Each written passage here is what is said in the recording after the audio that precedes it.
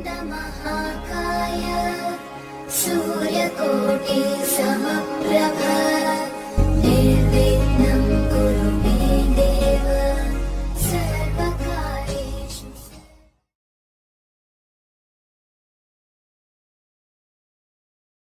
मेरे बहुत ही प्रिय और बेहद सम्मानित साथियों, हृदय की असीम गहराइयों से अभिनंदन, बहुत बहुत हार्दिक स्वागत। साथियों, ज्योतिष का पूरा विज्ञान, पूरा जो ज्ञान है वो भविष्य कथन को लेकर के, अर्थात भविष्य में हमें हमारे पूर्व जन्मों के कर्म का क्या फल मिलने वाला है, इसका पता लगाने का ये विज्ञान है। और ग्रहों में शनिदेव वो ग्रह हैं जो कि न्यायाधीश कहे गए हैं। उनका कार्य है सही के लिए सही और गलत के लिए गलत परिणाम व्यक्ति को प्रदान करना। तो साथियों, आज इस एपिसोड में हम जानेंगे कि विभिन्न भावों में शनिदेव क्या क्या परिणाम देते हैं। साथियों, चाहे आपकी जन्म पत्रिका किसी भी लग्न की, किसी भी राशि की क्यों ना हो, आप इस एपिसोड का फायदा उठा सकते हैं। अपनी जन्म पत्रिका आप हाथ में लीजिए और आप पता करिए कि आपका शनि किस भाव में है और आपको वो क्या परिणाम देगा। साथियों, ऐसे ही ये जो श्रृंखला है ये आगे भी हमारी जारी है।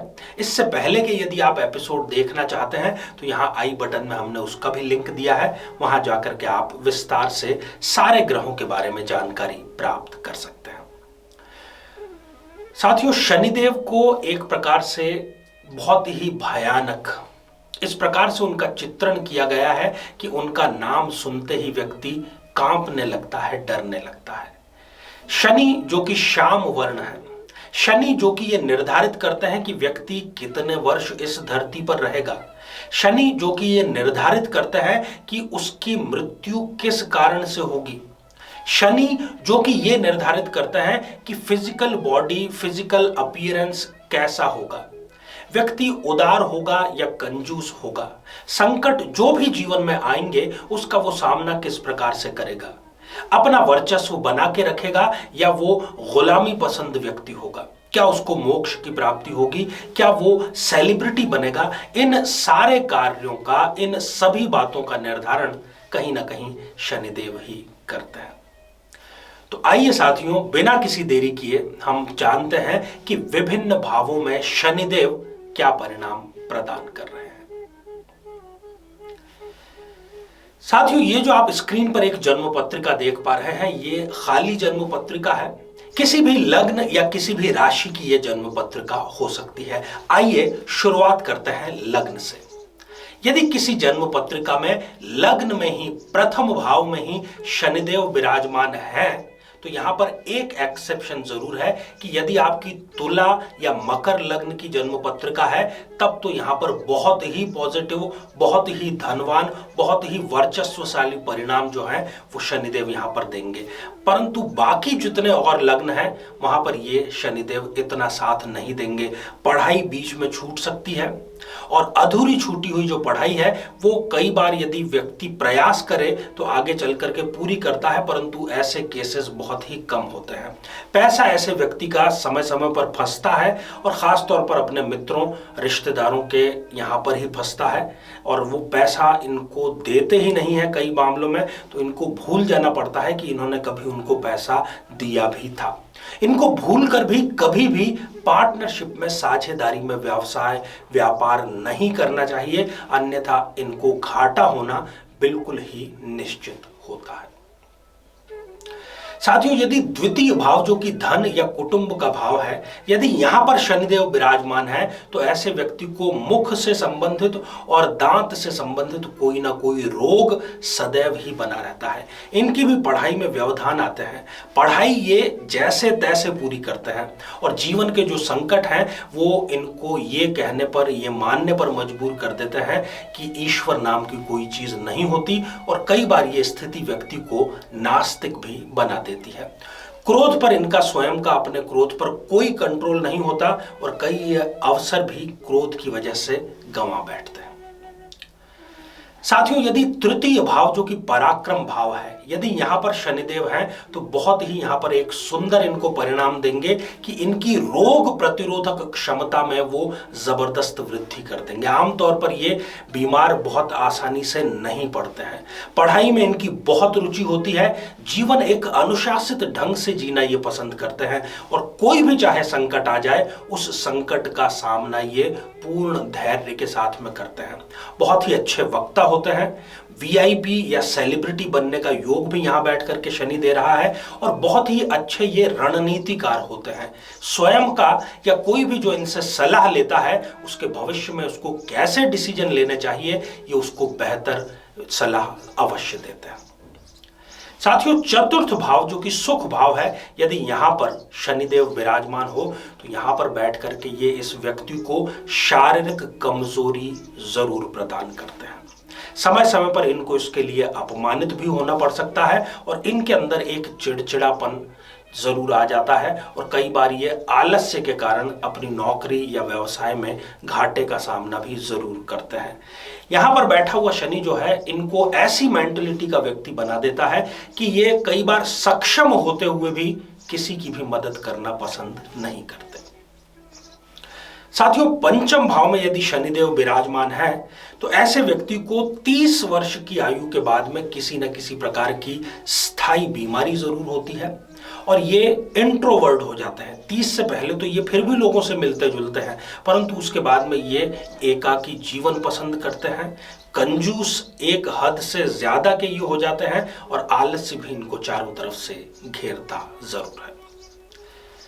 साथियों, यदि छठा भाव जो कि एक उत्तरक भाव है, यदि यहां पर शनिदेव है तो ऐसा व्यक्ति शत्रु को कभी छोड़ता नहीं है।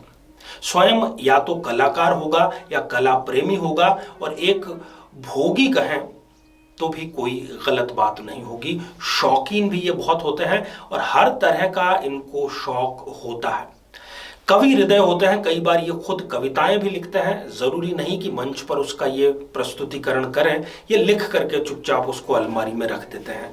गले और श्वास से संबंधित किसी न किसी बीमारी का भी इनको सामना अवश्य करना पड़ता है। साथियों, यदि सप्तम भाव जो कि रिलेशनशिप का भाव है, यहां पर बैठा हुआ शनि एक बहुत बड़ा नुकसान करता है और उस नुकसान का कारण बनता है इस व्यक्ति का स्वयं का क्रोध। यदि ये क्रोध पर विजय प्राप्त कर लें तो इनके जीवन की 80% समस्याएं स्वतः ही समाप्त हो जाती हैं।